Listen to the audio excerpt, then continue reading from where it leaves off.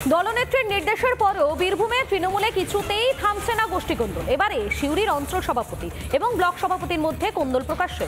দলনেত্রীর মন্তব্যের ভুল ব্যাখ্যা নিয়ে অঞ্চল সম্মেলনে কথা বলা শুরু করতেই কুমার অঞ্চল সভাপতিকে বাধা দেন ব্লক সভাপতি নুরুল ইসলাম।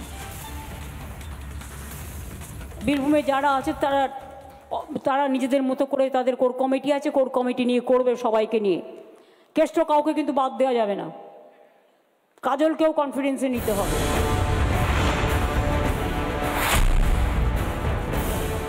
দলনেত্রী কোন্দল মেটাতে এই প্রথম নয়, আগেও কড়া বার্তা দিয়েছেন। তবুও বীরভূমে অনুব্রত কাজল দ্বন্দ্ব থামার নাম নেই। নেতাজি ইন্ডোরে মমতা বন্দ্যোপাধ্যায় তার প্রিয় কেষ্টকে দেওয়া বার্তা নিয়েই এবার নতুন কোন্দল শুরু বীরভূমে।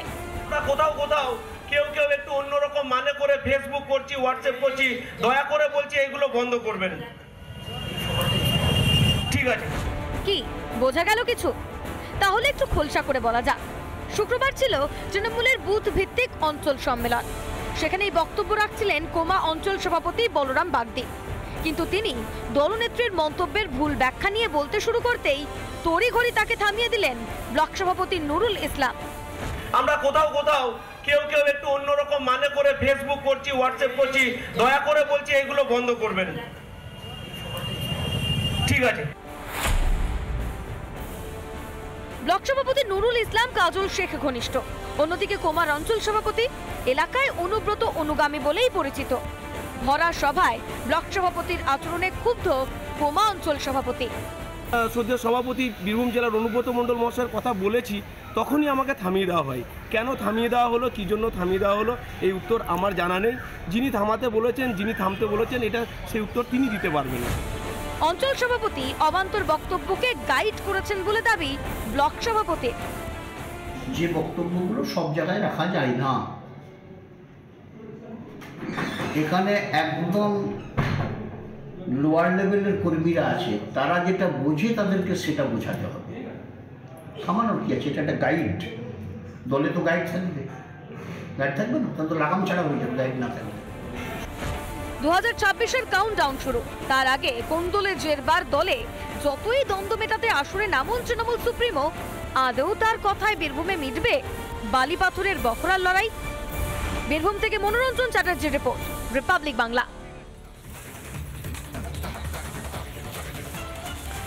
শুধু বিঘে দুই ছিল মোর ভুই, আর সবই গেছে দিলে। বাবু কহিলেন, বুঝেছ উপেন, এ জমি লইব কিনে? তবে পুরুলিয়ার কাশীপুরে জমি কেনা নয়, উঠেছে জুলুমবাজির অভিযোগ। এক আদিবাসী পরিবারের 2 বিঘা জমি দখলে অভিযুক্ত প্রাক্তন তৃণমূল বিধায়ক। অভিযোগ করেছেন বিরোধী দলনেতা, যদিও তা মানতে নারাজ শাসক নেতা। এক্স-এমএলএ কাশীপুরের আদিবাসীদের ভূমিজদের জমি দখল করতে গেছিল, সেখানে জনজাতিরা তাড়া করেছে।